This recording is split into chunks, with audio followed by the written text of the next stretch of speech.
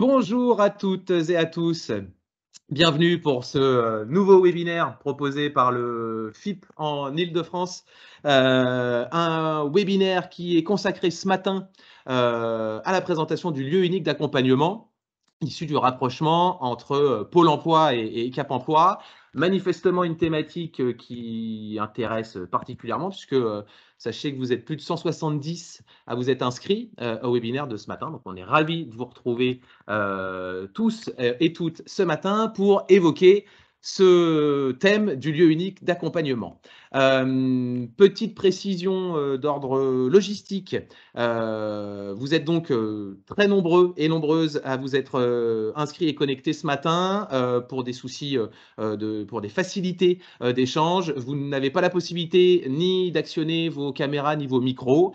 Ça ne veut pas dire que vous n'avez pas le droit à la parole, bien au contraire. Je vous invite pour évoquer vos remarques, surtout poser toutes les questions que vous pourriez avoir sur cette thématique dès maintenant ou bien au cours du webinaire, à écrire vos questions, à écrire vos remarques dans l'onglet Conversation, que vous devez maîtriser, j'imagine, les uns et les autres. Donc, n'hésitez pas à renseigner toutes vos questions et vos remarques dans cet onglet-là. On se fera fort tout au long du webinaire de prendre en considération ces remarques et ces questions. Et je vais vous le dire très rapidement après, ces questions, elles seront traitées et soumises à nos intervenants de ce matin. Donc, surtout, n'hésitez pas à évoquer tous les sujets qui vous semblent importants que d'évoquer avec nos intervenants de ce matin par l'onglet conversation, par le chat, du coup.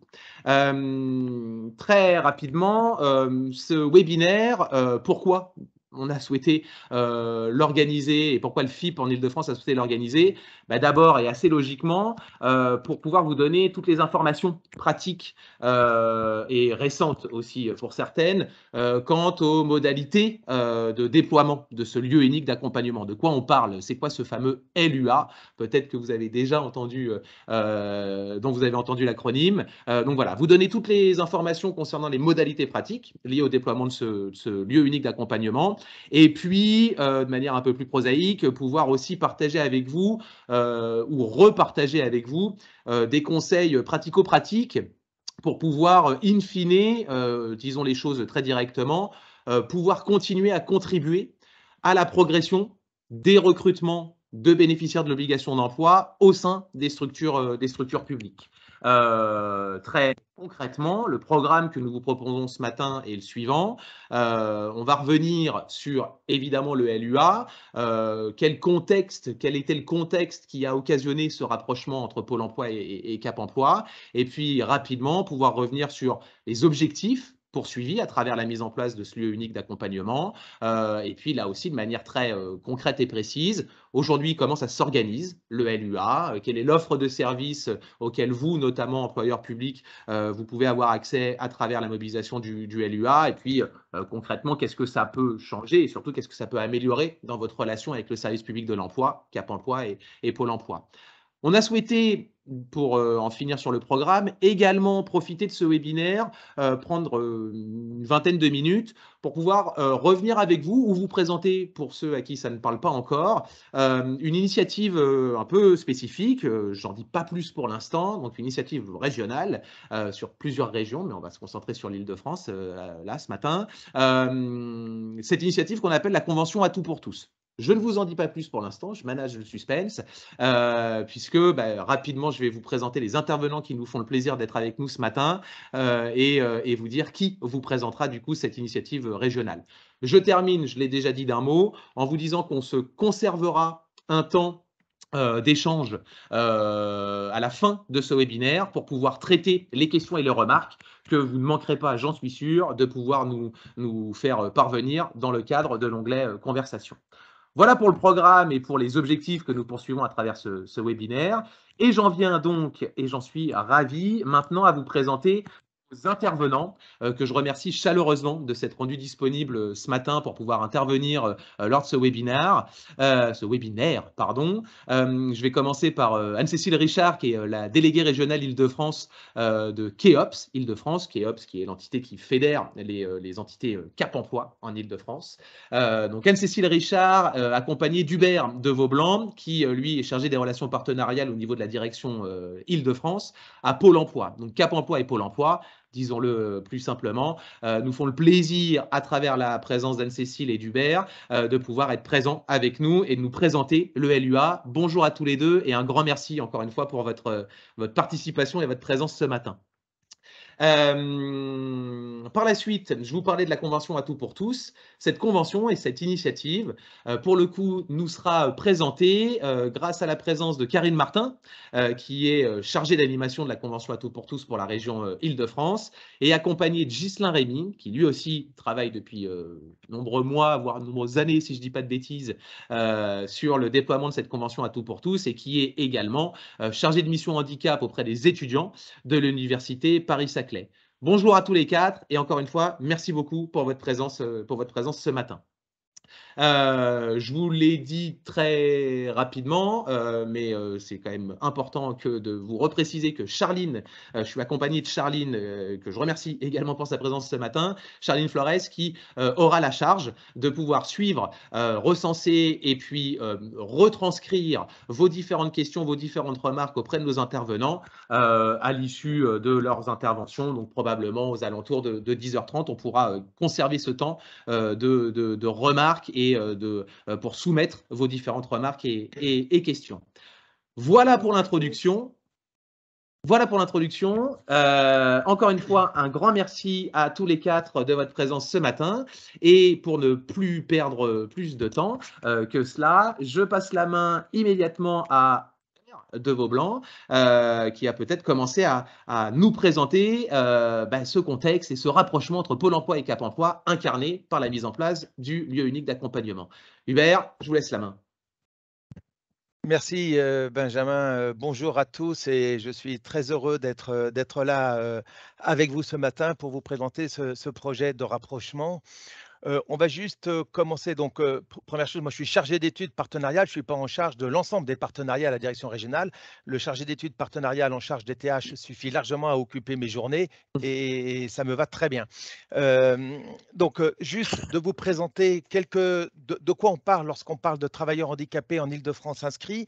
Si, voilà, on a sur l'ensemble des données qui sont, vous savez, maintenant publiées trimestriellement depuis 5 ans, au dernier trimestre, donc il y a 15 jours, le nombre de demandeurs d'emploi en Île-de-France, c'est quasiment 1 million de personnes.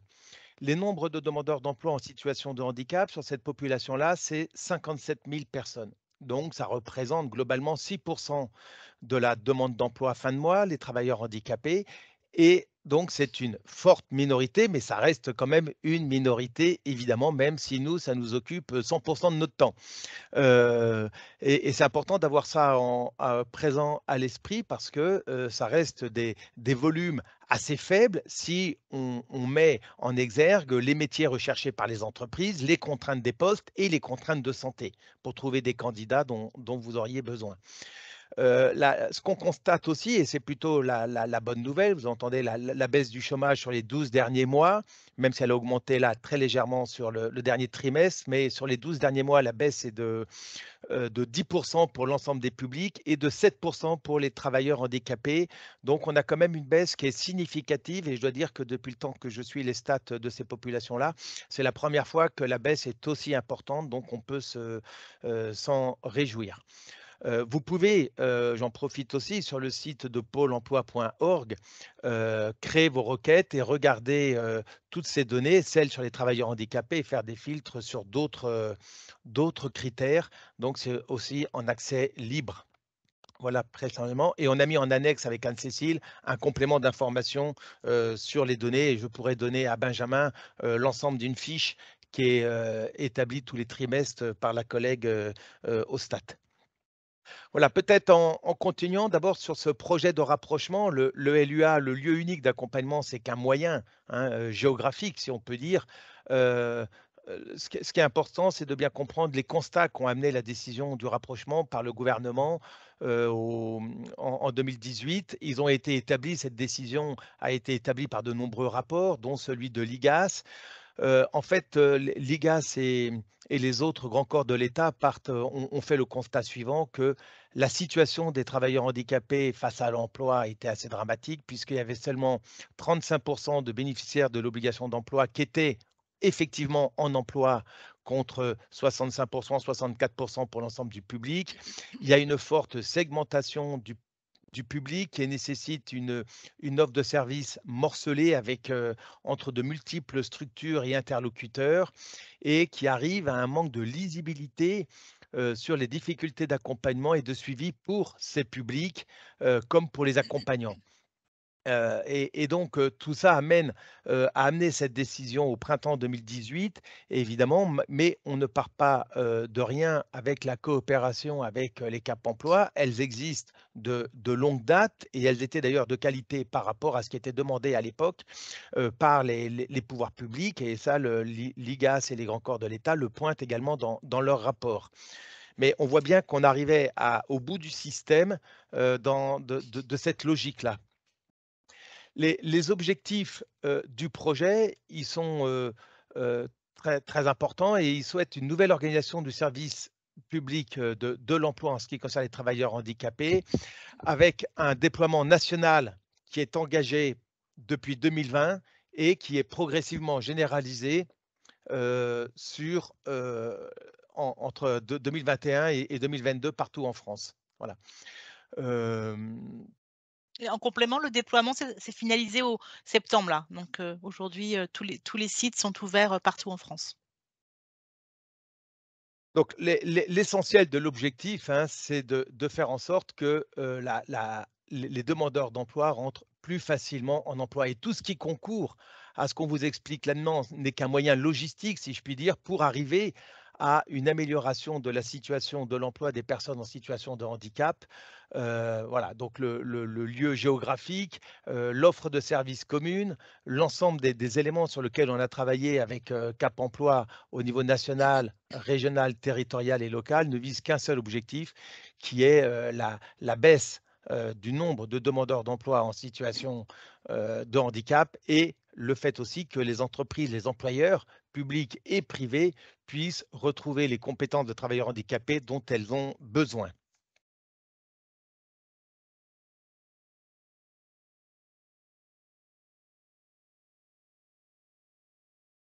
Donc, on accroît la coopération donc, entre les deux réseaux à travers d'un lieu unique de réception et d'accompagnement des personnes en situation de handicap. Ce lieu unique, ce sont les agences Pôle emploi.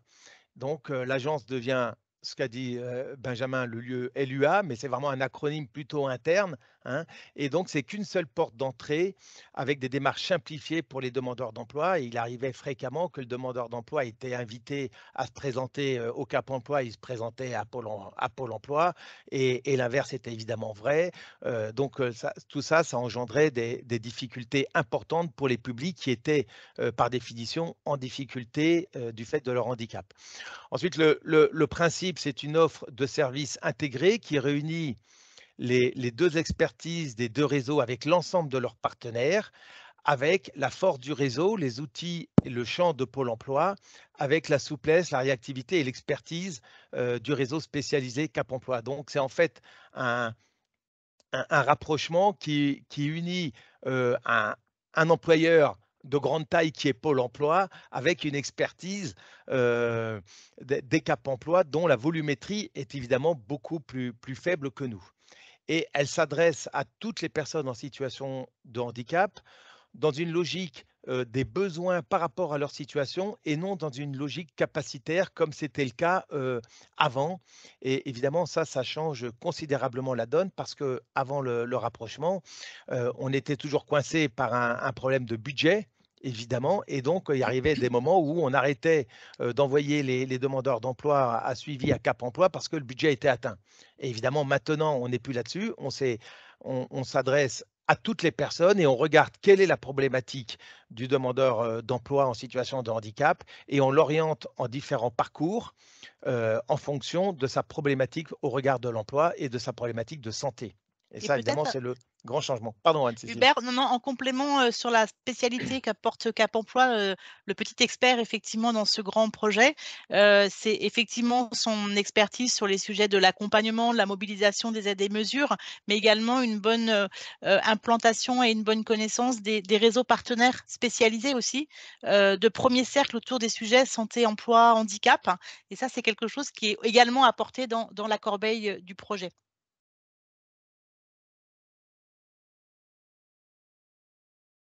Donc, sur le principe du projet, il a été construit à tous les niveaux. Évidemment, il y a une équipe nationale qui s'est mise en place avec une parité équilibrée, évidemment, entre les instances Cap Emploi et Pôle Emploi, et puis au niveau régional et au niveau territorial des départements et au niveau de chaque agence. Le 2e point qui est très important, c'est le dialogue de performance qui est commun, c'est-à-dire que, le directeur du Cap Emploi et le directeur territorial, hein, qui sont les directeurs départementaux chez nous, planchent chaque année devant la directrice régionale de Pôle emploi pour analyser les résultats avec des indicateurs qui sont uniques et communs aux 2 systèmes aux 2 acteurs, hein. Donc ça, c'est évidemment important, avec un système d'information qui est commun, qui est celui utilisé par Pôle emploi et les collègues Cap emploi, font évidemment beaucoup d'efforts pour, pouvoir domestiquer cet outil et on sait que c'est pas forcément très simple pour eux. Voilà et puis le point, c'est que, les collègues Cap emploi, restent compétents pour, le volet 2 de des activités des Cap emploi qui est l'insertion dans l'emploi, hein. Donc le projet ne vise que l'insertion vers l'emploi, donc des demandeurs d'emploi sans emploi pour accéder à l'emploi et dans les compétences des Cap emploi, il y a le maintien dans l'emploi, et là, il reste seule compétence sur ce volet-là, ainsi que le CEP salarié. Donc voilà et là, c'est dans les organisations, antérieures, donc effectivement, ça reste dans les logiques des locaux Cap Emploi. Sur les sujets du maintien, donc d'évitement effectivement du risque d'inaptitude, mais également tout l'accompagnement aux mobilités professionnelles et aux transitions professionnelles ce qu'on appelle des actifs occupés, donc des personnes qui ont un contrat de travail, qu'on soit chez un employeur, privé ou un employeur public et également d'ailleurs les travailleurs, indépendants en situation de handicap. Donc sur ces sujets-là, ne sont pas couverts par ce périmètre du rapprochement. Sur le projet, alors d'un point de vue un peu plus opérationnel, hein, ça après les grands principes, que je vous ai donnés. Donc, les collaborateurs de Cap Emploi, sont dans nos agences 2 jours par semaine. Il y a un collaborateur de Cap Emploi présent, parfois 2, mais souvent, 1, 2 jours par semaine dans nos agences, hein. Donc, ils constituent une team handicap puisque les collègues Pôle emploi ont également des portefeuilles à dominante travailleurs handicapés pour, les demandeurs d'emploi qui sont le plus en difficulté. Tandis que les collègues Cap emploi qui viennent, ils conservent leur portefeuille de suivi de demandeurs d'emploi composé exclusivement de personnes en situation de handicap, tandis que pour les collègues Pôle emploi, c'est entre 40 et 60-70 selon les les les les effectifs des personnes évidemment et puis, selon Mmh. les charges. Et au sein de ces teams handicap, c'est vrai que le conseiller Cap Emploi, justement, est aussi, ressource et appui, technique pour les collaborateurs, de Pôle emploi dans, les services qu'ils délivrent auprès de personnes handicapées.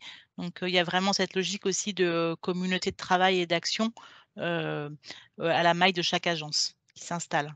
Donc, ce qui est important, c'est qu'on voit que dans chaque agence et on a également, au niveau de Pôle emploi, des conseillers à dominante entreprise et dans chaque équipe handicap, il y a aussi un collègue à dominante entreprise dont la mission est plutôt d'aller au contact des entreprises, qui est membre de cette équipe et en fait, l'un dans les autres, ce projet implique, globalement, 1 000 collaborateurs des 2 réseaux, que ça soit les conseillers et les managers, chargés d'animer ces collaborateurs-là. Donc ça, on devient au niveau de l'Île-de-France, hein, Voilà, c'est ça. une force importante, au service, des employeurs et et des demandeurs d'emploi, ce qui n'était pas du tout le cas avant, parce qu'avant, au niveau de Pôle emploi, les demandeurs d'emploi en situation de handicap étaient répartis sur l'ensemble, étaient disséminés sur l'ensemble.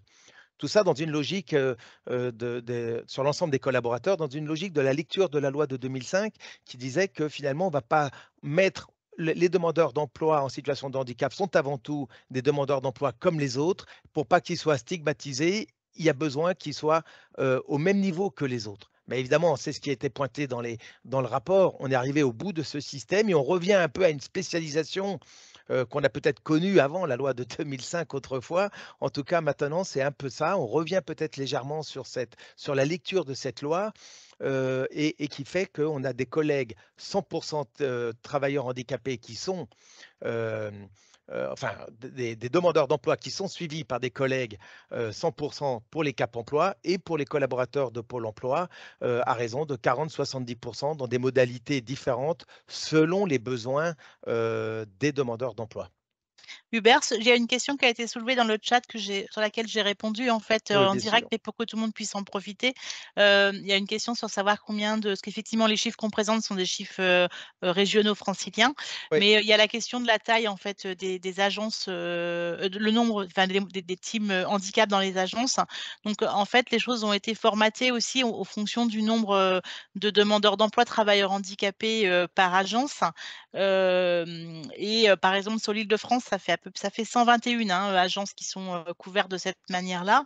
Et ça va être entre 3 à 6 personnes selon le nombre de demandeurs d'emploi. Il y a des agences dans lesquelles il va y avoir 100 travailleurs handicapés, des agences plus petites, et il y a des agences dans lesquelles il va y avoir 800 travailleurs handicapés qui vont être inscrits à cette agence.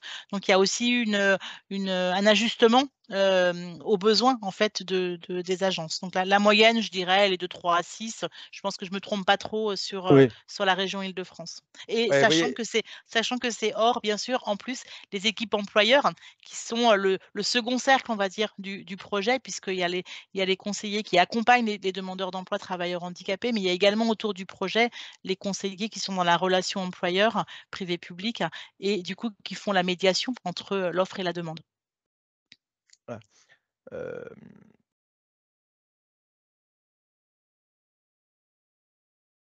Merci Anne-Cécile pour la réponse.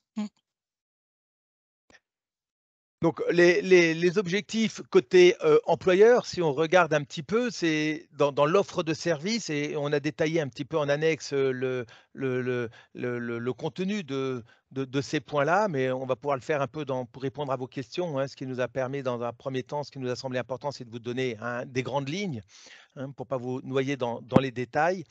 Au service des employeurs, la première chose, c'est pouvoir vous informer et vous sensibiliser. Vous informer sur l'offre de service, c'est un peu ce qu'on fait là, mais également informer l'ensemble de vos collaborateurs ou des missions RH ou de l'ensemble et sensibiliser vos salariés à la situation des personnes en situation de handicap. Évidemment, le deuxième point, et qui est évidemment important, c'est vous aider à recruter, à sourcer des candidatures par rapport aux fichiers de demandeurs d'emploi inscrits à Pôle emploi, mais également par rapport à d'autres structures avec lesquelles on peut être partenaire. Et je pense évidemment aux partenaires de la Convention à tout pour tous, par exemple, ou à d'autres structures qui peuvent aussi suivre des associations, qui peuvent suivre des personnes sans qu'elles soient inscrites à Pôle emploi. Ensuite, le point suivant, c'est vous aider à intégrer ou à compenser le handicap pour que la personne puisse être bien dans son poste le plus en adéquation possible compte tenu des contraintes de santé qu'elle a. Un point suivant, c'est accompagner la personne sur un parcours personnalisé de retour à l'emploi qui tient compte des besoins de compensation, rétablissement. La compensation, c'est évidemment faire en sorte que, au maximum, le handicap soit compensé par rapport à son poste de travail. Les besoins qui sont liés au rétablissement, c'est comment la personne assume son handicap et comment elle vit avec son handicap au quotidien. Voilà. Également un point qui est important dans la logique, et notamment évidemment pour la fonction publique, mais pas que la fonction publique ou les fonctions publiques, c'est évidemment vous aider à recruter des apprentis. Ça rentre dans le point recruter, puisque les apprentis sont bien dans des contrats, un contrat de travail. Néanmoins, il y a un zoom spécifique sur les apprentis que l'on peut mettre en œuvre. Et puis pour les CAP, accompagner spécifiquement les parcours professionnels pour préserver ou maintenir dans l'emploi, c'est ce qu'on disait tout à l'heure, soit maintenir en emploi ou évoluer dans l'emploi en interne à l'entreprise ou en externe si, compte tenu de l'état de santé, la personne ne peut pas rester dans l'entreprise où elle est ou chez l'employeur dans la fonction publique, hein. Ça revient un peu au même. En complément peut-être Hubert, il y a 2 choses. Alors sur les apprentis, ça me permet de rappeler que pour les travailleurs en situation de handicap, il n'y a pas d'âge Limite d'âge. limite pour accéder, à l'apprentissage. Donc ça, c'est toujours un sujet qu'il est important de rappeler.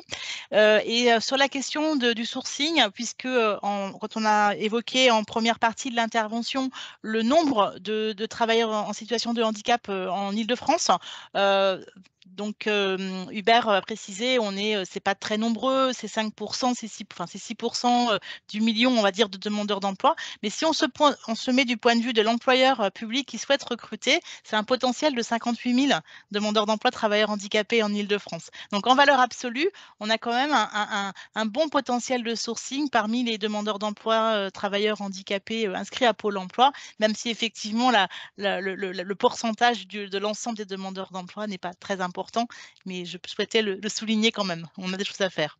Voilà, et tu as répondu donc, le rapprochement est en effet effectif et finalisé depuis septembre. En Île-de-France, on a fini en juin et voilà, donc ça évidemment, le projet avait été retardé largement par la crise sanitaire, vous imaginez, et comme dit Anne-Cécile souvent, on s'est rapprochés, La alors distance. qu'on n'a jamais été aussi loin l'un de l'autre, les uns des autres pour travailler dans les équipes, ce qui évidemment aussi n'a pas, facilité, et on peut rendre hommage à toutes les équipes au niveau du terrain parce qu'ils ont mené ces projets en étant assez éloignés, ce qui est jamais formidable pour Facilitant. travailler en commun et facilitant, évidemment. Ça a été un obstacle Un supplémentaire, challenge complémentaire. un challenge complémentaire, voilà. Mais voilà, les épreuves renforcent. Voilà, ce qu'on peut le dire juste pour finir sur ce point, on avait organisé, on peut organiser des salons en ligne. On l'a fait cet hiver en janvier ou février avec la DGAFP, hein, du ministère de la fonction publique, et on peut le refaire sur un salon en ligne, sur une plateforme qui est dédiée et gérée par Pôle emploi. On peut organiser pendant quelques jours un salon, alors soit dédié dans une des fonctions publiques ou un employeur public ou privé, hein, puisque je sais aussi qu'il y a des employeurs privés qui sont là s'il y a beaucoup de postes, en tout cas, par exemple, une fonction publique hospitalière avec voilà, les emplois dédiés de la fonction publique hospitalière. Et il y a tout un système où on peut vous informer, vous pouvez déposer des profils de poste. On peut inviter les demandeurs d'emploi en fonction du poste à venir. Vous constituez un stand virtuel, vous pouvez mettre des vidéos, des choses comme ça pour vous présenter, planifier des entretiens et on organise les bilans. Donc, il peut y avoir tout un outil assez souple, facile à mettre en œuvre et qui a donné des bons résultats au mois de janvier. Je ne sais pas s'il y a des collègues de la DGAFP qui sont là du ministère de la fonction publique, mais en tout cas, ils pourraient témoigner.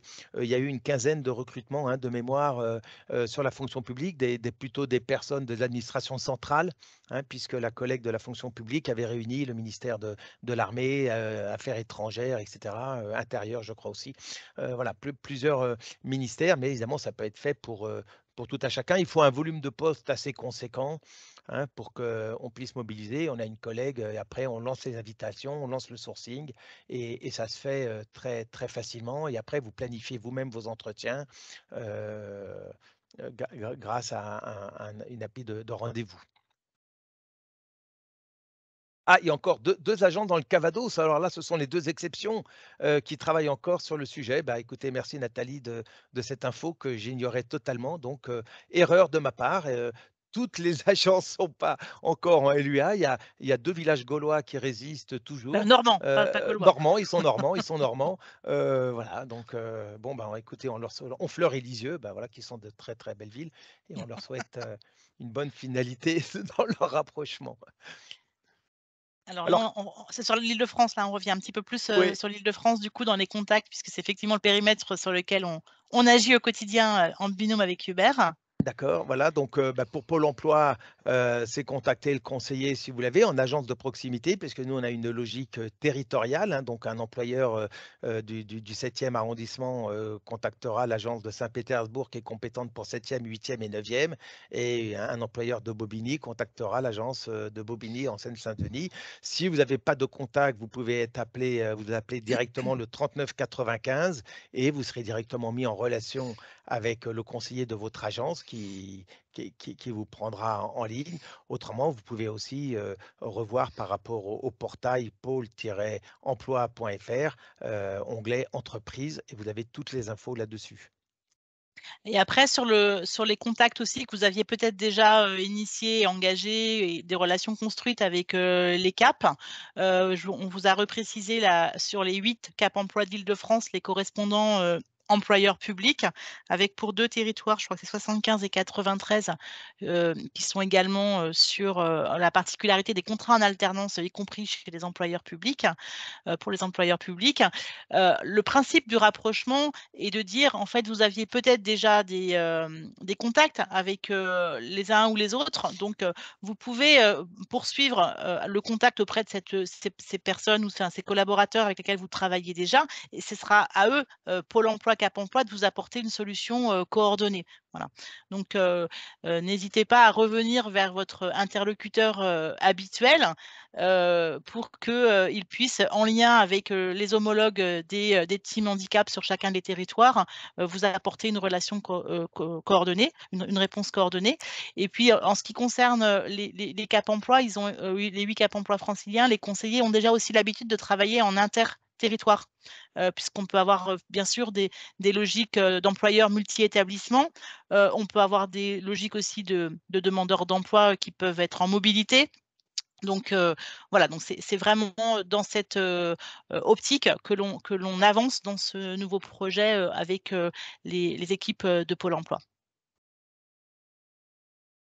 Eh bien, merci beaucoup à tous les deux pour cette présentation et rapide et complète. Enfin, voilà, challenge relevé, si j'ose dire. Je pense qu'on a vraiment bien balayé les choses. Alors, je réinsiste sur ce qu'évoquait notamment Hubert. Vous recevrez évidemment à l'issue de ce webinaire les diapositives qui vous sont diffusées, et même plus que cela, puisque gentiment, Hubert et Anne-Cécile ont étoffé encore plus cette présentation avec des annexes qui rentrent dans les détails. Donc, vous aurez évidemment le document complet qui sera tenu à votre disposition. Merci beaucoup pour, encore une fois, donc ces précisions, je crois, permettre de bien visualiser aujourd'hui où on en est quant à ce rapprochement Pôle emploi à Cap emploi. Alors, différences, je vais les mettre entre guillemets, parce qu'on l'a compris, hein, vos offres de services, vos cœurs de mission restent les mêmes. Maintenant, la synergie peut-être que implique ce rapprochement, elle est là, la vraie différence, c'est de pouvoir mieux collaborer en synergie, encore une fois, entre l'expertise, la grosse machine, pardon de le dire comme ça, UR, mais que représente Pôle emploi, pour une meilleure efficacité aussi en matière, et surtout, pas que, mais aussi, surtout en matière de recrutement et d'insertion professionnelle pour ce Oui. public demandeur d'emploi. Oui, ce qui est important aussi, c'est de dire qu'on gagne ensemble, hein, parce qu'on a des indicateurs communs. Donc, le fait de passer une offre d'emploi à Cap emploi, où avant, il pouvait y avoir peut-être un peu de réserve de la part des uns et des autres, des deux réseaux à Cap emploi ou à Pôle emploi, ou de dire, maintenant, c'est l'employeur, etc. Maintenant, ça n'a complètement aucune raison, puisque de toutes les façons, le résultat du travail est dans le pot commun. Il est dans le pot commun et il n'y a plus d'indicateurs pour les Cap emploi spécifiques à Cap emploi. Ils sont agglomérés à ceux de Pôle emploi et idem dans l'autre sens. Et évidemment, la grosse machine que nous sommes, on apporte également le reste de la compétence de Pôle emploi sur l'ensemble des politiques public de l'emploi qu'on apporte à Cap Emploi d'une manière, la force du réseau, les outils, etc., mais également l'ensemble des éléments qui font le quotidien de Pôle emploi au-delà du champ des travailleurs handicapés. Et c'est ça qui paraît important. Et évidemment, vis-à-vis des équipes, ça permet d'être transparent les uns vis-à-vis des autres. Bon, voilà, même si tout n'est pas encore, on n'est pas complètement naïf, parce qu'on a passé un peu l'âge de l'être, mais enfin, je parle pour moi, Anne-Cécile, mais voilà, donc, mais en tout cas, voilà, ça permet d'aplanir les difficultés s'il peut y en avoir. Toutes les agences sont accessibles aux PMR, oui, et au-delà même, puisqu'elles sont accessibles également aux personnes sourdes, puisqu'on a un dispositif qui s'appelle ADEDA, Aide aux demandeurs d'emploi déficients auditifs, où le demandeur d'emploi qui arrive dans une agence se fait reconnaître, le collègue se connecte avec une tablette et au bout du fil, entre 9 h et 17 h, sans rendez-vous, il y a un interprète en LSF pour les demandeurs d'emploi qui signent. Pareil, sur le côté visuel, on travaille sur le sujet. Merci pour ces précisions, Hubert. Et donc, encore une fois, merci pour cette présentation complète. Je vais me permettre, et puis c'est bien la moindre des choses, si j'ose dire, de rappeler, mais en quelques mots, hein, que ce mouvement-là, qui continue à vouloir favoriser l'insertion professionnelle des personnes en situation de handicap, bah voilà, le FIP veut pouvoir l'accompagner et continuer à pouvoir l'accompagner. Je vous rappelle très rapidement, puisque pour la plupart, je pense que c'est des choses qui vous sont claires, mais la répétition ne fait jamais de mal. Le FIP-HFP, hein, au travers de ses interventions et puis même des missions qui lui sont confiées par la loi, hein, et de 2005 et renforcées par la loi de transformation de la fonction publique, le FIP, ça va être plus simple. Le FIP, évidemment, veut pouvoir accompagner donc ce mouvement en pouvant mettre à disposition et des ressources financières, mais également des outils, des bonnes pratiques pour favoriser et encourager les recrutements, tout comme le maintien dans l'emploi, et avec, et Anne-Cécile et Hubert le reprécisaient, avec un focus aussi particulier sur l'apprentissage. Oui, on le sait, et on continue à le savoir et on continue à le prôner. La voie de l'apprentissage est un vrai plus, et en particulier pour les demandeurs d'emploi en situation de handicap qui, sans caricaturer les choses, mais bien souvent se retrouvent, pour certains d'entre eux, dans la situation de devoir se reconvertir, apprendre un nouveau métier, s'engager sur une nouvelle voie professionnelle. Et bien souvent, la voie de l'apprentissage permet pour une personne avec déjà un certain nombre d'années de carrière derrière elle, de pouvoir envisager une reconversion peut-être de manière plus sereine, plus sécurisée, en mobilisant cette voie de l'apprentissage. D'où, comme le précisait aussi Anne-Cécile tout à l'heure, le fait que la loi permet et autorise, notamment pour ce qui concerne l'accès à la fonction publique, toute personne en situation de handicap de pouvoir accéder à ce contrat d'apprentissage sans qu'il y ait de limite d'âge qui puisse lui être opposée. À 35, à 40, à 45, même à 55 ou parfois 60 ans, on l'a déjà vu, cet apprentissage peut être envisagé, et encore une fois, parce qu'il permet de pouvoir sécuriser peut-être une deuxième partie de carrière, voire une reconversion professionnelle pour les personnes le nécessitant en raison de leurs difficultés de santé. Donc, le FIP-HFP intervient sur l'ensemble de ces champs. Il intervient notamment par la mobilisation d'aides, hein, qui peuvent être des aides financières pour beaucoup d'entre elles. Rappeler, puisque je crois qu'avec nous ce matin, on a beaucoup d'employeurs publics, on a aussi, me semble-t-il, des centres de formation, des partenaires, des associations. Rappeler en quelques mots les principes d'intervention du FIP-HFP. Cette fois, je l'ai dit sans trébucher. Le FIP peut être mobilisé s'il permet de pouvoir accompagner un parcours, sécuriser une insertion, une intégration ou un maintien dans l'emploi. Pour autant, il ne se substitue pas, il ne doit pas être mobilisé avant le droit commun. Là aussi, comme Hubert le rappelait, un demandeur d'emploi, puisque c'est ce public-là dont il s'agit en particulier ce matin, un demandeur d'emploi en situation de handicap est d'abord un demandeur d'emploi et doit pouvoir d'abord accéder au droit commun accessible à l'ensemble des demandeurs d'emploi. Le FIP-HFP peut être sollicité, et j'ose même dire doit être sollicité, si le droit commun ne permet pas de répondre totalement ou de manière suffisamment satisfaisante aux besoins de la personne et de l'employeur, parce que la compensation du handicap peut être le surcoût lié à la compensation d'un handicap pose une difficulté pour l'employeur ou pour la personne concernée. En cela, le FIPHFP doit pouvoir être sollicité pour pouvoir donc venir en complément et en complémentarité du droit commun. Les aides du FIPHFP sont mobilisables pour tous les employeurs publics, on s'entend bien, évidemment, tout employeur public, qu'il soit sous convention ou non avec le FIPHFP, qu'il ait atteint ou non le fameux taux fatidique des 6% de demandeurs d'emploi, de travailleurs handicapés, 6% liés à l'obligation d'emploi de travailleurs handicapés. Donc voilà, quelle que soit la situation de l'employeur public, il peut solliciter les aides du FIPHFP. La seule contrainte est de bien pouvoir être en régularité vis-à-vis d'une éventuelle contribution auquel s'acquitter. Voilà, si vous êtes en difficulté par rapport à la contribution que vous devez au FIPHFP, là pour le coup ça pourra poser un problème. Mais dans tous les autres cas de figure, ces aides sont mobilisables. Pour autant, et dernier point, peuvent être sollicités, c'est l'employeur public. Ça, c'est le principe d'intervention du FIP. C'est l'employeur public qui fera la démarche, qui doit pouvoir solliciter en son nom pour son agent ou ses agents en situation de handicap le FIPHFP, et avec un principe fondamental qui est le principe de la prescription. Le FIP n'est pas là pour décider de quel type d'aide ou de quel besoin il faut pouvoir s'acquitter par rapport à l'agent. La prescription est notamment une prescription de la part du médecin du travail. Cette prescription est le sacro-saint pour pouvoir étoffer la demande auprès du FIPHFP, expliciter le besoin de compensation de l'agent concerné ou plus largement de l'équipe, voire du besoin qui aura été recensé et observé par l'employeur public.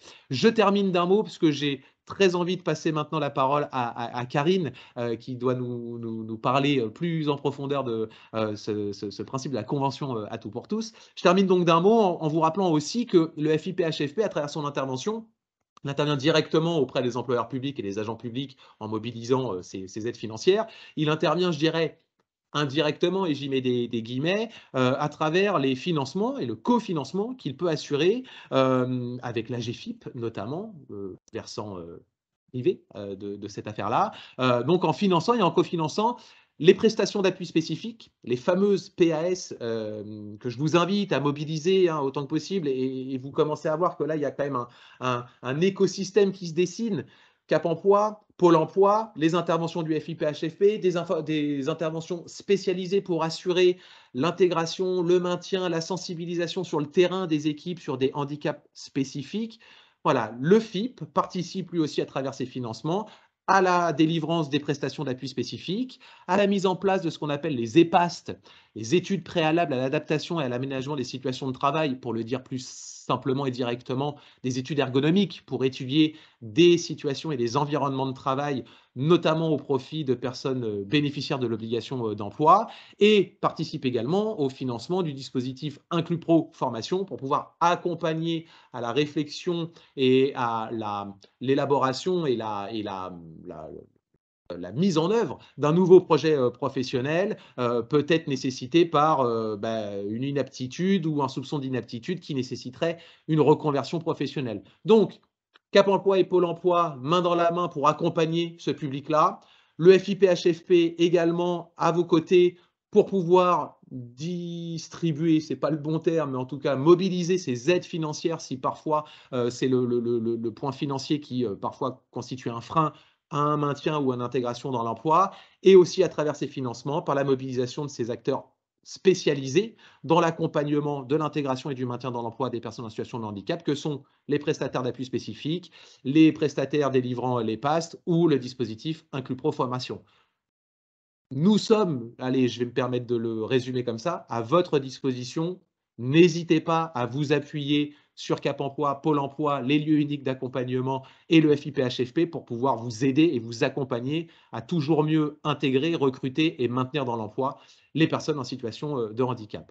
Je clôt cette longue parenthèse et je passe la parole, du coup, si elle le veut bien, désormais à Karine Martin, puisque toujours dans cette idée de l'écosystème, hein, des volontés et des actions mises en place, notamment sur des niveaux locaux et régionaux, et ben, la Convention à tout pour tous, je pense, là aussi, peut être un bon outil mis à votre disposition, vous en particulier employeur public, pour contribuer peut-être à toujours une meilleure intégration et un meilleur recrutement, insertion professionnelle, pardon, de personnes en situation de handicap et en l'occurrence plutôt sur un public plutôt jeune. Je te passe la parole, Karine, et encore une fois, un grand merci d'être présent avec nous ce matin pour pouvoir présenter cette convention à tout pour tous. Je te passe la main. Merci Benjamin. Bonjour à tous. Donc Karine Martin, je suis chargée de la co-animation de la Convention à tout pour tous. Moi, de mon côté, en représentation de Kéops Île-de-France, et je vous parlerai du binôme que je forme avec une autre personne sur cette co-animation. Donc, on vous présente cette convention qui est sur le plan régional à notre niveau, dont d'ailleurs le FIPHFP, Pôle emploi et Kéops Île-de-France font partie des signataires, mais c'est également une convention qui se décline sur d'autres régions, hein, donc on pourra voilà, vous en indiquer quelques mots, mais plus particulièrement, nous, on intervient sur cette convention et comment elle se décline au niveau région Île-de-France. Donc à la base, tout part du programme régional d'insertion des travailleurs handicapés, hein, le PRIT, qui est présidé et animé par la DRIETS. Donc vous retrouvez cette organisation sur chaque région en France. Les partenaires du PRIT conduisent ensemble différents travaux, différentes actions. Et notamment, ce qu'on met en lumière avec vous ce matin, c'est les actions qu'on met en faveur de la préparation et l'entrée dans la vie active des jeunes en situation de handicap. Donc, quand on parle de jeunes en situation de handicap, on est sur le public 16-30 ans. Et du PRITH, c'est décliné la convention à tout pour tous, qui en plus des partenaires habituels et acteurs de l'emploi et de l'insertion, regroupe des employeurs signataires.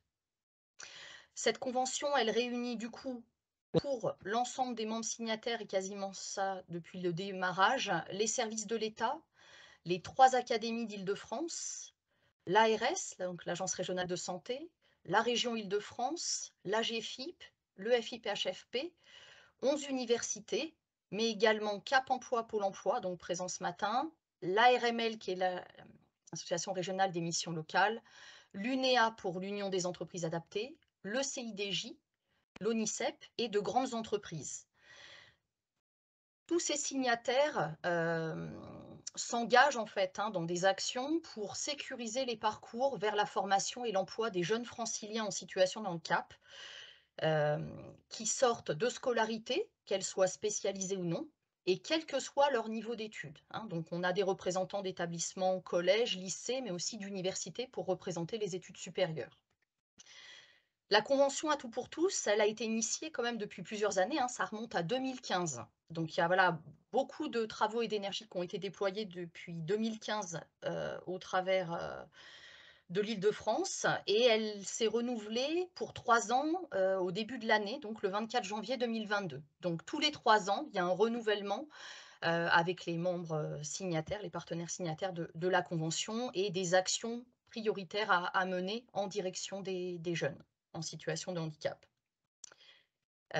Les partenaires à la fois de l'éducation, de l'orientation, de l'insertion et du monde économique peuvent ainsi travailler en réseau pour assurer en fait un continuum de soutien et d'accompagnement pour les jeunes, quelle que soit leur situation, qu'ils soient encore en scolarité, en recherche d'un premier stage, en sortie de leurs premières études et en recherche d'un contrat en apprentissage par exemple, ou bien de leur premier emploi.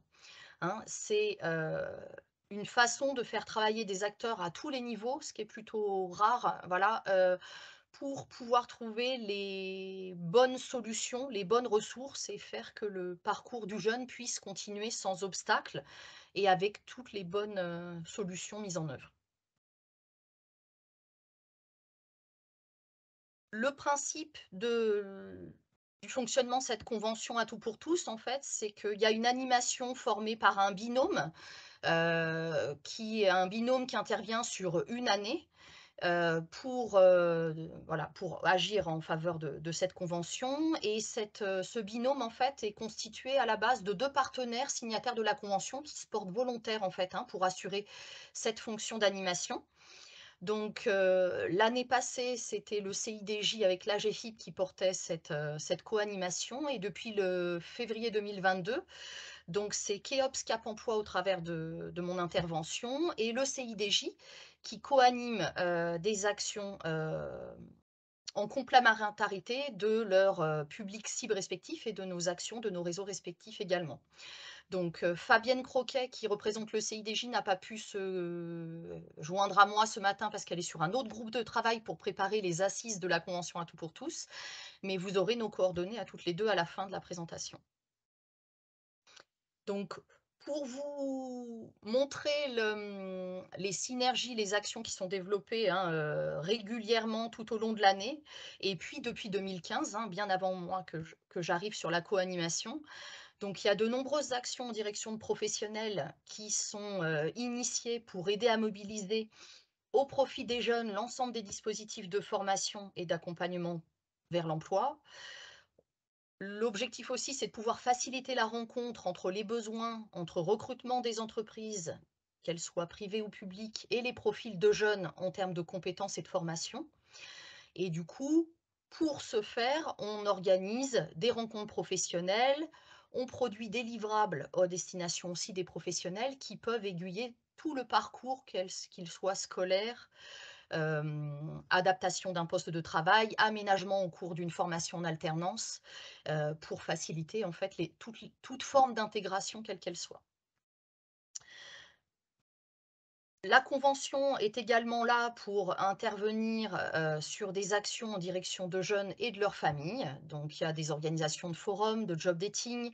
Il y a également des vidéos d'information qui ont été éditées pour que les jeunes puissent se parler de pair à pair sur la démarche de reconnaissance travailleurs handicapés, par exemple. Donc voilà, ça c'est aussi un soutien qui est apporté au travers de la convention. Et puis, mettre en œuvre aussi des actions ciblées pour améliorer la jonction entre les attentes des entreprises et le niveau de qualification des jeunes.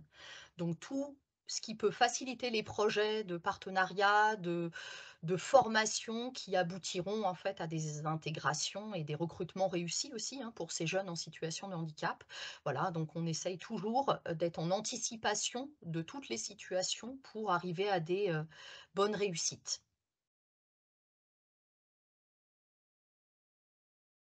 Je voulais vous montrer surtout les actions qui sont indiquées dans notre plan à venir, donc sur les années 2022-2025 pour les 3 ans.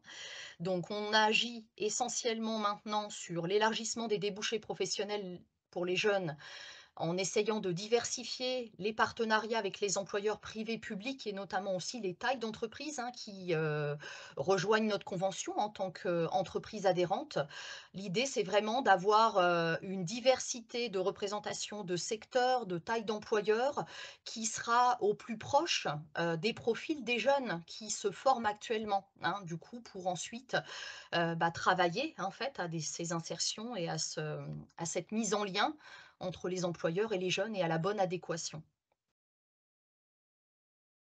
Le deuxième axe de travail, ça sera de faire progresser l'innovation en soutenant des actions sur la recherche et le développement en lien avec les chaires universitaires. Donc, il y a des travaux qui sont menés de ce côté-là également, hein. Ce n'est pas toujours que des actions en recrutement, hein, qui sont ouvertes, même si vous, c'est cet axe-là qui va plus vous préoccuper aujourd'hui. Au niveau d'un troisième axe qu'on essaye de développer et qu'on continue, hein, puisque ça c'est depuis le début, c'est développer les espaces d'information et de communication pour renforcer les synergies entre partenaires. Donc on met en place des groupes de travail, certains changent en cours de route, s'intensifient.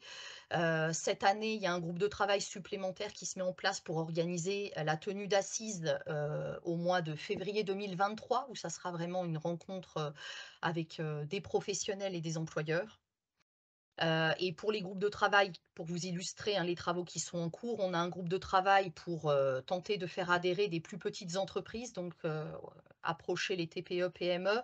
On a un groupe de travail sur l'accès à l'apprentissage, où on peut travailler sur des travaux autour de la mobilité pour que les jeunes accèdent plus facilement au CFA, mais aussi à des événements autour de l'apprentissage.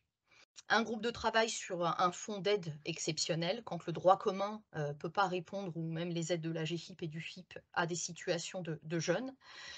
Et puis donc les assises, je vous en ai parlé. Donc ça, c'est vraiment important. On essaye de travailler sur les synergies à tous les niveaux, entre le monde de l'éducation, l'orientation, le monde de l'orientation et le monde économique. Ça se fait à toutes les strates pour répondre aux besoins des jeunes. Et pour vous montrer les synergies possibles, au niveau de la co-animation, on peut être sollicité, comme je l'ai été il y a quelques jours, par une université, comme c'était le cas il y a quelques jours par l'Université de Saclay, pour essayer d'appuyer et mobiliser un réseau d'employeurs pour trouver un terrain de stage pour un jeune homme qui est entré en 2e année de DUT en mesures physiques. Donc voilà, il y a des articulations comme ça pour que les jeunes aboutissent et puissent finaliser leur scolarité dans de bonnes conditions. Et avec les bonnes adaptations, les bons besoins de compensation derrière, bien entendu.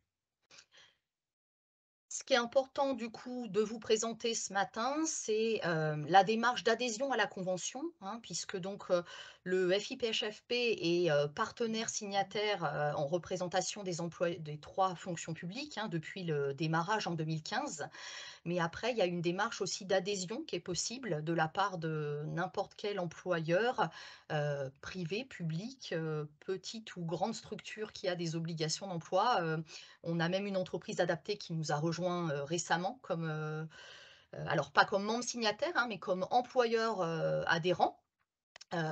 Et donc du coup, tout employeur qui veut devenir partenaire et adhérent de la convention, en fait, pourra avoir accès à une plateforme numérique qu'on vous présente juste après, qui permet de diffuser des offres assez variées, à la fois emploi, stage et alternance. Donc ça vous permet cet accès-là.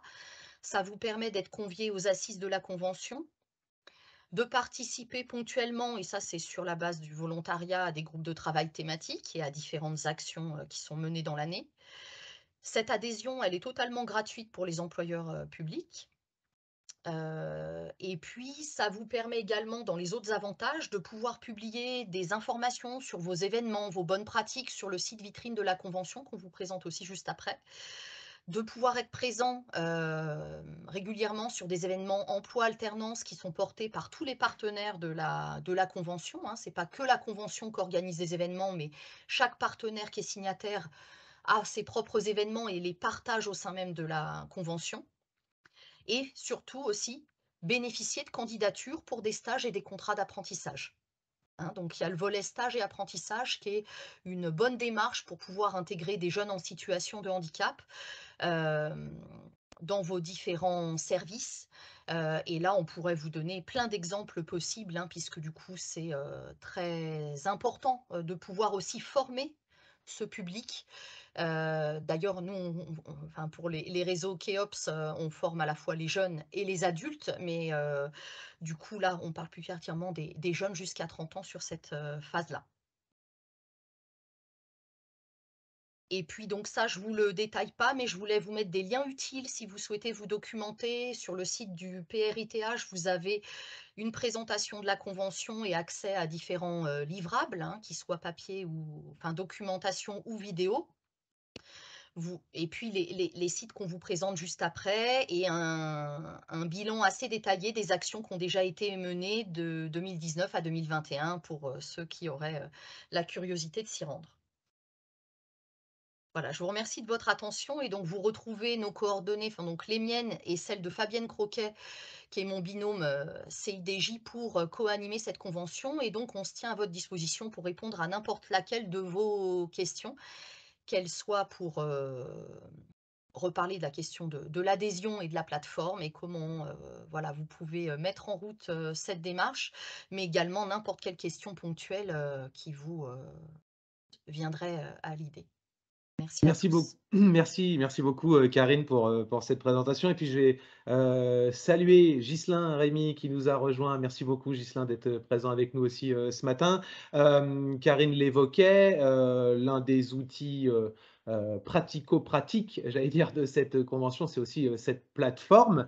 Ghislain, est-ce que vous pouvez nous en dire un peu plus sur cette plateforme concrètement, comment ça fonctionne et notamment, je suis employeur public, voilà, à quoi j'accède, comment ça marche, tout ça. Donc, bonjour à tous, effectivement. Donc, Ghislain Remy, je suis chargé de mission handicap au niveau de l'université Paris-Saclay, donc une des universités qui fait partie de la convention. La plateforme À tout pour tous, en fait, elle est née au départ de Toulouse, qui avait besoin qu'il y ait du lien entre les différents partenaires de la convention À tout pour tous et puis les étudiants en situation de handicap. L'idée étant de faciliter les stages, la recherche d'emploi et du parrainage. Et en fait, on a étendu cette plateforme-là. Donc, la version 1 de la plateforme est devenue une version 2 nationale avec Toulouse, Paris. Il y a Bordeaux qui est en train de rajouter, de nous intégrer. Et elle sera effective en janvier 2023.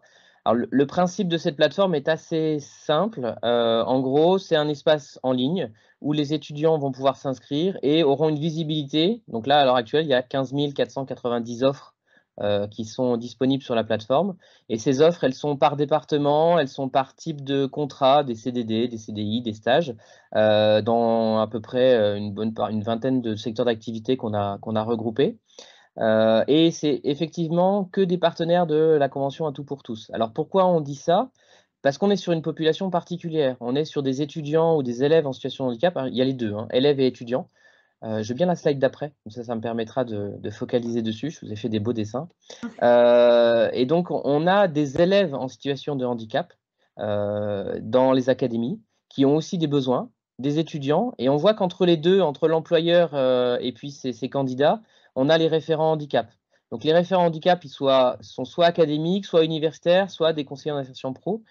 En fait, l'élève, il n'est pas laissé en lien direct avec l'entreprise. Il est toujours accompagné de son référent qui va l'aider à faire ses lettres de motivation, à se préparer à ses entretiens.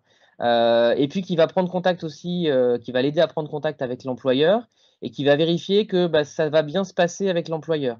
Et l'employeur, c'est pas n'importe qui non plus, c'est pas les RH standards, c'est vraiment les personnels dédiés à l'accueil des personnes en situation de handicap. Pourquoi on fait ça? Parce qu'en fait, on se rend compte que si on veut que ça marche dans l'embauche et le maintien en emploi, il faut des personnes concernées et qui s'investissent vraiment dans l'accompagnement. Donc, participer à la plateforme, c'est aussi, c'est pas un chèque en blanc qu'on vous donne en fait quand vous allez intégrer la plateforme. On vous demande aussi quelle est votre politique de handicap, comment vous prenez en charge les personnes chez vous, pour s'assurer que quelque part, si on vous donne un accès à une population d'étudiants ou d'élèves en situation de handicap, ils seront bien pris en charge et il y aura un bon accompagnement. Donc, c'est un cercle vertueux en fait pour tout le monde. Et voilà. Donc après, sur les 9 universités, il n'y en a plus 11, hein, ça a un peu baissé depuis qu'il y a eu des regroupements. Mais sur les 9 grandes universités parisiennes, ça crée un volume, plus les 3 académies, ça crée un volume d'étudiants qui est très conséquent, hein. Simplement aussi, vous n'aurez pas dessus l'ensemble des étudiants en situation de handicap. Il y a plusieurs raisons à ça. Il y a ceux qui n'ont pas de RQTH alors qu'ils sont quand même en situation de handicap. Tout le monde ne la demande pas malheureusement, même si on pousse. Hein, les chiffres à l'heure actuelle, on est à moins de 10% de jeunes suivis avec un handicap à l'université, mais seulement 10% ont une RQTH. Donc voilà, notamment parce qu'il y aura un travail sur les dyslexies, même en emploi. Un jeune qui a une dyslexie, est-ce que c'est reconnu par la RQTH? C'est encore pas tout à fait suffisant pour que ça soit pris en compte dans les entreprises. Toujours est-il qu'on a un cadre ici qui nous permet de les accompagner et c'est très souvent des étudiants qui ont des difficultés pour se positionner. Voilà, comment je monte mon handicap, comment je me valorise par rapport à mes compétences. Je ne suis pas que le handicap. Et ça, c'est des choses qu'on peut faire avec l'accompagnement sur la plateforme. Je veux bien la slide d'après. Je crois qu'il en reste une.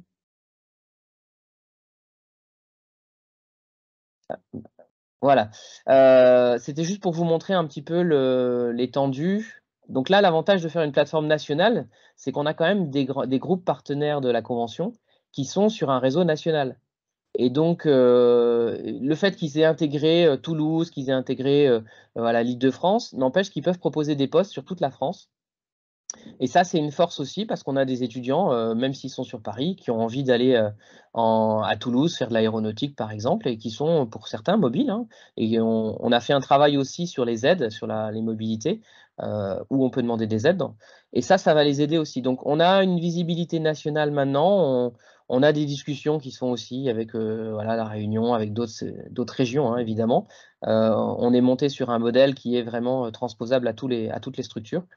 Et ce que je vous disais tout à l'heure, c'est pour devenir partenaire, bah, en fait, c'est pas un chèque en blanc. Donc il y a un peu de travail quand même pour montrer que voilà, vous avez une vraie politique de handicap, d'accompagnement et que ça peut correspondre à la plateforme. Voilà. J'en ai fini, j'ai fait vite. C'est parfait, Ghislain, et merci beaucoup pour encore une fois ces précisions et notamment sur voilà, les aspects pratico-pratiques de cette plateforme. Je le ressouligne, alors je ne dis pas que tout, je suis vénal comme garçon certainement, mais tout n'est pas que, l'avantage n'est pas que là-dedans. Je vous rappelle que l'adhésion pour un employeur public à la Convention Auto pour tous est une adhésion qui est gratuite. À minima, je vous invite à aller prendre de l'information sur le site vitrine de la Convention. Aller regarder plus en détail voilà, les avantages et bénéfices pour un employeur public aussi que de devenir partenaire de cette convention. Et puis, je ne veux pas le dire ni à votre place, Karine, ni à la place de Ghislain, mais voilà, les binômes d'animation sont à votre disposition aussi pour pouvoir répondre à vos questions, pour pouvoir vous accompagner dans cette démarche et faciliter ce lien avec la convention à tout pour tous. Des questions, vous en avez. Pardon, J'en ai Ghislain, je vu vous en une, prie. j'en ai vu une dans le chat, on me demandait Parfait. quelles étaient les conditions d'accès à la plateforme pour les étudiants. Donc il y a deux modalités, soit ils sont dans une structure, ils sont accompagnés, et donc dans ce cas-là, ça peut être soit le référent qui inscrit l'étudiant, qui dit voilà, cette année, j'étais l'étudiant qui a des besoins, et il lui fait une inscription.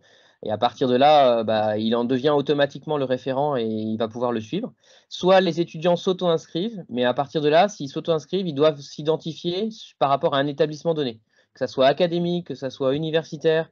Quand ils sont sans demandeur d'emploi, ils peuvent aussi se positionner sur des conseillers en insertion pro ou sur les missions locales. Et à partir de là, le référent de cette structure-là valide la candidature, dit OK, je veux bien m'en occuper, c'est moi qui vais le suivre. Et à partir de là, il a l'accès aux offres et il va pouvoir postuler, candidater et se faire accompagner. Voilà.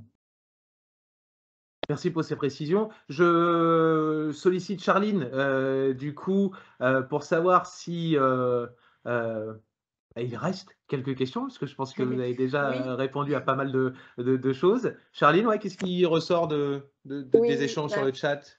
Merci pour votre proactivité parce qu'effectivement, il y a un bon nombre de questions qui ont été traitées. Là, ce qui reste, c'est surtout, par exemple, est-ce qu'il y aurait un exemple de partenariat entre un LUA ou une agence de Pôle emploi et un organisme qui assure l'accompagnement social d'actifs en situation de handicap et en recherche d'emploi, type par exemple un CCAS?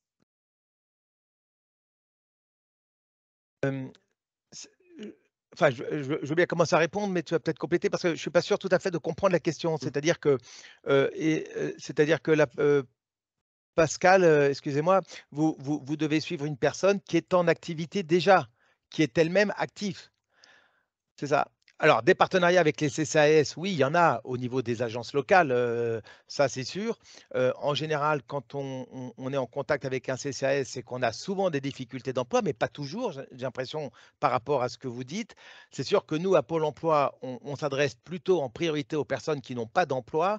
Quand on aura remis au travail les 57 000 personnes inscrites, on sera déjà… voilà, ça c'est plutôt… Après, pour le maintien en emploi, c'est peut-être ça. Vous voyez, je ne vois pas bien la question, mais je pense qu'il peut y avoir des partenariats au niveau local entre les CCAS des municipalités, des agglos et les agences locales. Et je pense qu'il y en a, il y en a très certainement au quotidien, hein. Les CCAS, les centres d'action sociale communale sont évidemment un lieu où un public en difficulté par définition fréquente ces structures et donc il peut y avoir des liens avec ça. Alors nous, on s'adresse à une population de personnes inscrites et le sujet, c'est que la volumétrie est telle qu'on ne peut rien faire si une personne n'est pas inscrite à Pôle emploi. On ne peut pas gérer une personne sur un coin de post-it comme ça. Alors, soit si la personne est en activité, c'est à ce moment-là du maintien dans dans l'emploi, et c'est plutôt à Cap Emploi de pouvoir répondre dans ce cadre-là, il me semble. Mais autrement, pour nous, c'est la clé d'entrée, c'est l'inscription à Pôle emploi, parce qu'autrement, c'est évidemment ingérable. Ouais, alors je sais pas, effectivement, la question, je ne sais pas si ça concernait peut-être un allocataire du RSA ou quelque chose comme ça. C'était peut-être, ce sujet-là. C'est vrai que comme on n'a pas les micros, c'est pas simple de faire préciser la question. En tout cas, les partenaires, du réseau, enfin le conseil départemental ou effectivement les centres d'action sociale sont des partenaires dans les mesures, dans Bien les sûr. prestations qu'ils proposent, et on est toujours dans la complémentarité, ah oui, oui, oui, c'est ça, oui, je n'ai pas de micro. Donc c'est ça concerne les RSA, c'est ça? Vous ou pas du tout? En fait, c'est pour être sûr de ne pas répondre à côté. Oui, c'est ça. D'accord, donc c'est pour des personnes qui seraient, allocataires du RSA et accompagnées, si je reformule et vous allez me dire oui ou non. Si c'est des personnes qui seraient allocataires, du RSA ou des minima sociaux, qui seraient en situation de handicap et accompagnées par les conseils départementaux, en fait, à ce titre-là. Ce serait si je comprends bien la question. C'est tout à fait ça. Ah super! Bien ça. Donc, du coup, effectivement, alors soit les personnes sont inscrites à Pôle emploi et l'action, va tout à fait se réintégrer, dans cette logique-là, soit elles ne le sont pas. Cap emploi, accompagne également des personnes qui sont pas encore inscrites, à Pôle emploi. On a tendance effectivement à recommander l'inscription, à Pôle emploi. D'abord, c'est le premier acte de dire: «Je suis demandeur d'emploi», donc ça met la personne aussi en situation de se positionner comme demandeur d'emploi et puis, en bénéfice direct, si on peut parler comme ça permet aussi du coup à la personne d'accéder à l'ensemble des mesures, aides, prestations et réseaux qui sont proposés par le service public de l'emploi au global, on va dire.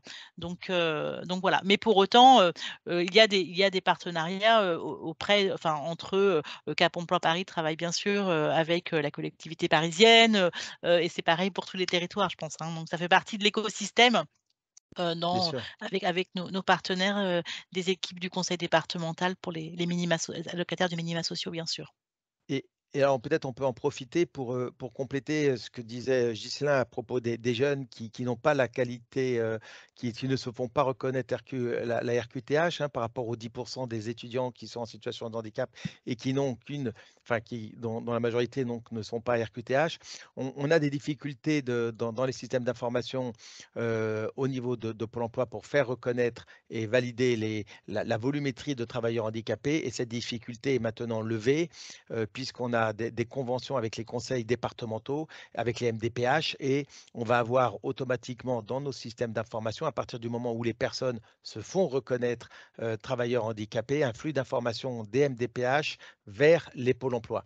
Donc ça ne va pas enlever la démarche individuelle que fait la personne, évidemment, et qui est un acte individuel d'un jeune ou d'un moins jeune, d'aller vers la MDPH déposer un dossier de RQTH, mais en tout cas, une fois qu'il est fait, il y a une sécurisation des données entre les MDPH et Pôle emploi qui est en train de se faire, et ça sera validé normalement pour la région Île-de-France au premier trimestre 2023. Les MDPH sont en train de mettre en conformité les SI par rapport aux évolutions nécessaires. Peut-être si j'ai une minute, Benjamin, mais Bien sûr, bien sûr.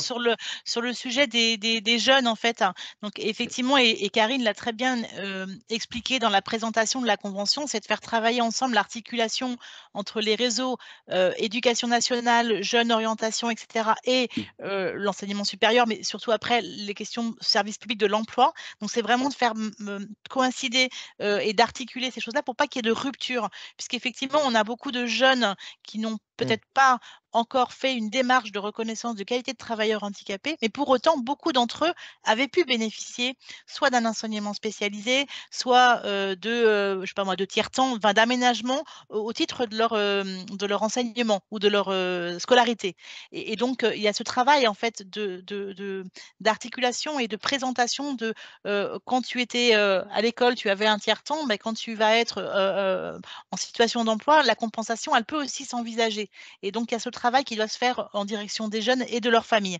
et vraiment le travail de cette convention, il est aussi sur ce périmètre-là et un des livrables qui a été évoqué par, par Karine tout à l'heure, ça a été 2 petites vidéos, qui sont en ligne, hein, sur le site du PRIT, qui sont, des jeunes en fait, qui expriment, pourquoi ils ont fait cette démarche de reconnaissance qualité de travailleur handicapé et comment ça leur a été utile dans la suite de leur parcours. Donc il y a une vidéo qui est plutôt, un infra-bac et une vidéo qui est plus un post-bac. Voilà. Merci beaucoup pour toutes ces Merci. précisions. D'autres remarques, d'autres questions, Charline, peut-être? Alors, une question sur un éventuel rapprochement entre le FIP et l'AGFIP. Oula, oula, ça c'est pour Benjamin, ça. C'est pour Benjamin. Merci, Claire.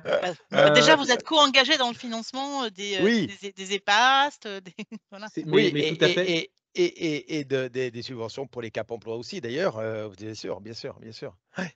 Merci, vous avez tout dit, enfin presque. Et puis alors, je ne me permettrai pas de parler au nom du FIPHFP, mais retenez alors un éventuel rapprochement. Je pense que ce mouvement, il est déjà engagé depuis bien longtemps en réalité.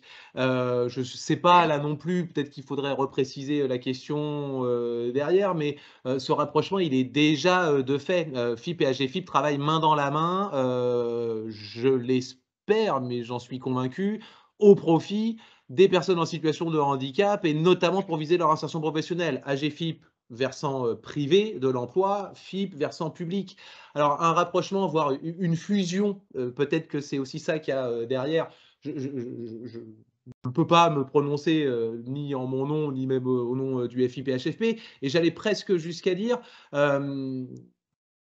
il y a une logique, me semble-t-il, à accompagner les employeurs du secteur privé d'une certaine façon et d'accompagner les employeurs publics d'une certaine façon qui n'est pas forcément antinomique ou contradictoire, mais avec des spécificités. Le statut de la fonction publique, les modalités d'accès à la fonction publique sont différentes, c'est un fait, de l'accès à l'emploi privé, et des spécificités doivent pouvoir se conserver. Néanmoins, comme Anne-Cécile Hubert le rappelait, pour ce qui concerne le financement des PAS, EPAST, CAP également, inclus Proformation, dans l'offre de services, dans l'offre d'intervention du FIP et de l'AGFIP, là aussi, ça fait de nombreuses années que FIP et AGFIP travaillent main dans la main pour aboutir à une certaine homogénéité dans les offres qu'ils peuvent délivrer, l'un auprès des employeurs privés, l'autre auprès des employeurs publics. Et j'allais dire, et pour conclure, qu'il ne me semble pas forcément pertinent d'avoir une seule et même offre stricto sensu pour l'ensemble des employeurs. Conserver une certaine spécificité d'accès et de maintien dans l'emploi public et dans l'emploi privé, c'est pas si idiot que ça quand même d'avoir ces deux visions-là. Donc fusion, je n'en sais rien, rapprochement certainement, et depuis, si c'est pas toujours, depuis de très nombreuses années en tout cas, certainement. Alors, on peut Merci compléter, hein, par contre, ce qu'il y a dans les tuyaux, et vous en avez entendu parler, hein, c'est la mise en place de France Travail, et Thibaut Guilly, qui a été nommé par Olivier Dussopt, ministre du Travail, comme chef de projet de l'instance configuratrice de France Travail. Et en effet, les travaux ont débuté d'un point de vue avec des groupes de travail un peu à tous les niveaux, et normalement, c'était annoncé pour fin 2023. Hein, vous l'avez vu dans la presse par rapport à un communiqué de presse qui avait été publié fin mi-septembre ou début octobre. Est-ce qu'il y a une question là de... Il y a une question qui vient d'être postée, effectivement. Donc, est-ce que pour la fonction publique territoriale, des CDG ont formalisé un partenariat avec Pôle emploi? Donc ça, c'est la première question. Ensuite, est-il possible d'avoir un seul référent pour l'ensemble des agences du département? Et troisième sous-question, aujourd'hui, les agences travaillent de manière hétérogène. Comment travailler à une harmonisation dans les relations? Alors, moi, je peux commencer à compléter. On va commencer par le bas. Ils travaillent de manière hétérogène. Bah oui, on s'emploie à une harmonisation dans les relations, et c'est un peu le projet, l'objectif de ce projet de rapprochement, c'est qu'il y a une uniformisation dans l'offre de services. Par contre, évidemment, les personnes sont différentes et là, on arrivera du mal à en faire copier-coller des uns et des autres, parce qu'évidemment, il y a des acteurs, il y a des organisations, il y a aussi un public qui est différent. Neuilly-sur-Seine, ce n'est pas tout à fait Bobigny ou La Courneuve, donc on travaille différemment. Et évidemment, ça implique des méthodes de travail et puis une relation entre les professionnels qui sont évidemment liés aux ressources humaines, tout simplement. Par contre, oui, des référents pour l'ensemble des agences, oui, on a des chargés de mission territoriaux. Il y a les directeurs des CAP qui ont leur pleine autorité sur leurs équipes, et on a des chargés de mission territoriaux, et je pourrais faire passer à Benjamin c'est les noms de mes collègues au niveau de chaque territoire par rapport à ça. Ensuite, s'il y a un recrutement spécifique par rapport à un volume d'emploi ou d'établissement lié à un département important, oui, ça peut être en effet lui qui peut être la clé d'entrée, le chargé de mission en territoire, mais on renvoie en général le travail opérationnel de sourcing et de contact et de préparation des publics aux équipes, dont c'est leur savoir-faire et leur quotidien. Est-ce qu'il peut y avoir un partenariat avec Pôle emploi au niveau de la fonction publique territoriale, des conseils départementaux? Oui, il y a bien sûr des conventions avec les CG là-dessus. Je ne sais pas si je réponds bien à la question. Ça me paraît clair. N'hésitez pas à compléter si vous avez des éléments. C'est Madame Grandjean qui a posé la question. Si vous avez besoin de davantage d'éclaircissement, n'hésitez pas à mettre un commentaire dans le chat. Anne-Cécile, tu voulais peut-être compléter? Alors, je vois que tu l'as fait notamment avec. Oui, alors voilà, en fait, je renvoie au slide sur tout à l'heure où on précisait, on donnait les noms des commentaires en disant sur chaque département, il y a peut-être déjà des habitudes de travail ou des contacts. Il ne faut pas hésiter à revenir vers ceux ou ces contacts et puis qui vont travailler à une proposition de réorganisation des contacts. Il ne s'agit pas du conseil, mais du centre de gestion. Oui, ça, c'est les CIG, Ah Petite oui, et Grande d'accord, le Couronne, CIG etc. Grande Couronne, Voilà, d'accord, voilà, pardon. exactement. Oui, Alors, d'accord. pour Paris, c'est particulier parce que la collectivité est mono, des départements et villes, etc. Et donc là, l'organisation avec Cap Paris est déjà structurée et du coup intégrée en lien avec les 14 ou 15 LUA parisiens. Et puis pour la petite et la grande couronne, effectivement, et je pense qu'il faut vraiment retravailler à la maille des départements ou des départements concernés. Peut-être que la question, je ne sais pas si elle est sur la petite ou la grande couronne, est-ce qu'elle est sur l'ensemble des départements concernés de la petite ou de la grande couronne, ou est-ce qu'elle est sur un territoire en particulier? Donc là, je pense qu'il faut travailler à la maille oui. Voilà, pour Du répondre, c'est un peu territoire du compliqué, du département. territoire Oui, tout à concerné. fait. Voilà. Oui, excusez-moi, madame, j'avais pas. Oui, bien sûr. Alors non, alors pour répondre, il n'y a pas aujourd'hui avec Pôle emploi, il n'y a pas à ma connaissance, il n'y a pas de convention avec les centres de gestion petite ou grande couronne, en effet. Mais ça ne peut. Enfin, on peut y travailler pour ça, tout à fait. Et vraiment, l'exemple d'un partenariat qui peut être fait au niveau du département en lien avec un centre de gestion d'un des départements ou de la Grande Couronne ou une partie. Oui, bien sûr. Il y a Tout eu à des fait. interventions, il y a eu des interventions qui se sont faites sur le sujet intégration, enfin insertion, mais également sur le maintien, si on est sur le sujet handicap, avec notamment le CIG Petite Couronne. Donc voilà, les choses peuvent se faire selon les besoins des territoires. On revient aux besoins des territoires. Donc effectivement, il y a une offre globale qui est proposée, mais les besoins des territoires peuvent être différents et donc on doit adapter la réponse à vos besoins sur vos territoires. Après, vous pouvez excuse-moi, Benjamin, vous pouvez me recontacter aussi, et Anne-Cécile, et on va se remettre en relation avec les collègues sur place. Il n'y a pas de problème là-dessus. Mais c'est en effet un axe de partenariat qu'on peut tout à fait développer avec les centres de gestion des collectivités locales, oui. Et arrêtez-moi si Hubert Anne-Cécile, si je dis des bêtises, mais c'est, me semble-t-il, là aussi un des gros avantages, une des grosses avancées du déploiement du lieu unique d'accompagnement, c'est-à-dire d'avoir cette porte d'entrée alors, Léché.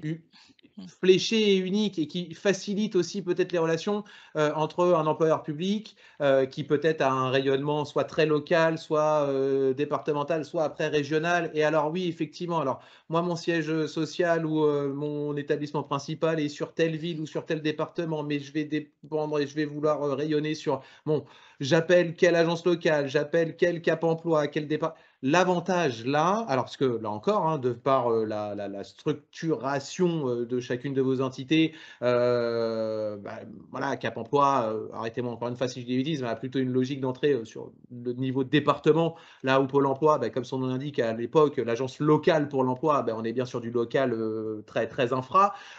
Aujourd'hui, rapprochez-vous de l'un ou de l'autre. La porte d'entrée va être la même et la diffusion de l'information et la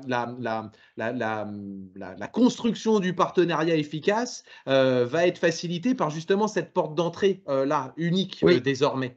Oui, c'était déjà le cas avant, hein, aussi bien, je pense, pour Cap emploi que pour Pôle emploi. On prenait la commande et on s'arrange en interne pour répondre à la demande. Et je pensais à des employeurs qui étaient avec un établissement dans un coin de la région parisienne et qui cherchaient des personnes, des entreprises du bâtiment sur des chantiers à l'autre bout de la région parisienne, etc. Voilà, on s'arrangeait pour se mettre en relation avec les collègues à l'autre bout de la région parisienne si besoin. Mais là, évidemment, c'est toujours la clé d'entrée est unique par rapport pour nous au siège de l'établissement dont dépend de l'agence. Et ensuite, c'est à nous, entre les équipes Cap emploi et Pôle emploi, de voir comment on diffuse, qui on contacte et comment on fait nos courses en interne pour répondre à la demande. Voilà, ça c'est l'objectif. Alors ça se met en place, hein, on comprend, il peut y avoir aussi des axes d'amélioration, mais en tout cas, moi je serais preneur des difficultés pour justement redonner le cadre si besoin, hein, mais c'est le principe. Et la question qui vient d'arriver sur les personnes, alors les PMR étrangères, alors déjà la question du handicap, elle n'est pas que sur les PMR. La question du handicap, c'est aussi peut-être la mobilité réduite, mais pas que, donc ça me permet de le rappeler. Oui. La question de nationalité n'entre pas en ligne de compte si c'est une question, enfin voilà, on peut être effectivement demandeur d'emploi d'origine étrangère en situation de handicap, on est traité comme demandeur d'emploi en situation de handicap, quelle que soit sa nationalité. Concernant l'accès à l'emploi public, qui est l'objet aussi du webinaire, bien sûr, ça sera pris en compte dans la partie réglementaire administrative sur ce point. Voilà. Et si la question était liée à des politiques plus larges autour des publics migrants, l'OFI et compagnie, alors là, on est peut-être un peu plus loin du sujet qui nous préoccupe aujourd'hui. Pour autant, on est le SPE, donc Pôle emploi, Cap emploi, on est signataire de conventions entre l'OFI et le SPE sur ces sujets-là. Mais là, je pense qu'on est un peu loin peut-être du sujet d'aujourd'hui. Ouais, en tout cas, on a des collègues là qui suivent les personnes d'origine étrangère, les migrants, donc c'est-à-dire essentiellement ceux qui traversent la Méditerranée, qui viennent d'arriver, les Ukrainiens, etc. Et ils sont de l'autre côté de la cloison, donc on voit très bien qu'on peut, en effet, ce que dit Cécile, il y a les conventions avec ces organismes et il y a des collègues qui sont directement au quotidien, qui gèrent avec l'ensemble de ces organismes et qui font vivre les conventions. Ils sont 2 à s'occuper de ce sujet à la direction des partenariats. Ils sont juste de l'autre côté de la cloison. Et en effet, je peux travailler avec eux lorsqu'il y a des personnes en situation de handicap. Le sujet, la priorité de ces personnes-là n'est malheureusement, parce qu'elles ont évidemment affaire avec beaucoup d'urgence, le handicap n'est pas forcément la première chose qu'ils doivent régler, même s'ils doivent le faire. Il y a les problèmes de santé, évidemment, mais il y a aussi tout le reste. Donc, mais en tout cas, oui, ça existe, en effet. Et ils sont venus me trouver pour faire avancer des dossiers ou avoir des points de précision sur la situation des travailleurs handicapés. Merci beaucoup pour toutes ces précisions. Je me rends compte qu'il est très bientôt 11 h, donc je vous propose de conclure cette matinée et ces échanges riches qu'on a pu avoir ensemble ce matin.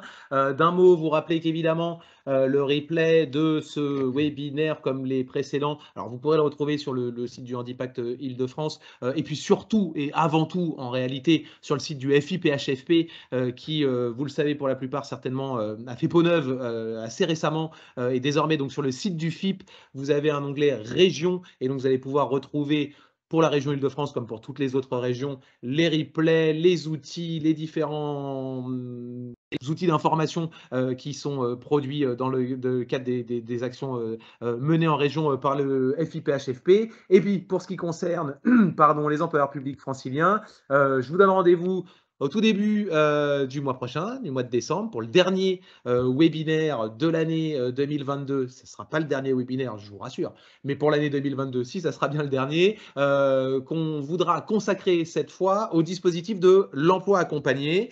Là aussi, vaste sujet qui mérite certainement quelques rappels, quelques explications et puis quelques illustrations et de témoignages sur sa mise en œuvre. Merci beaucoup à chacun et à chacune de votre présence ce matin et surtout, je garde la minute qui me reste pour remercier chaleureusement Anne-Cécile, Richard, qui est Ops Île-de-France, Hubert de Vaublanc, Pôle emploi, direction régionale Pôle emploi Île-de-France, Karine Martin et Ghislain pour votre présentation de la convention À tout pour tous. Merci beaucoup de vous être tellement bien, j'allais dire, conformé à l'exercice. On est dans les temps, c'est, me semble-t-il, très clair. Merci pour l'information que vous nous délivrez et qu'on va tenir à disposition de nos participants de ce matin. On espère que vous avez pu obtenir les réponses aux interrogations que vous aviez encore et surtout, on souhaite que désormais, vous puissiez prendre vos claviers, vos téléphones et que vous alliez rencontrer ces partenaires qui sont à votre disposition. LUA, Convention à tout pour tous, le FIPHFP, on se tient à votre disposition pour toujours continuer et contribuer à une meilleure intégration possible des demandeurs d'emploi, jeunes ou moins jeunes, en situation de handicap et notamment dans la fonction publique. Merci à vous quatre, merci Charline également et à très bientôt, je l'espère. Merci à vous, au revoir. Merci, au revoir. Merci, au revoir.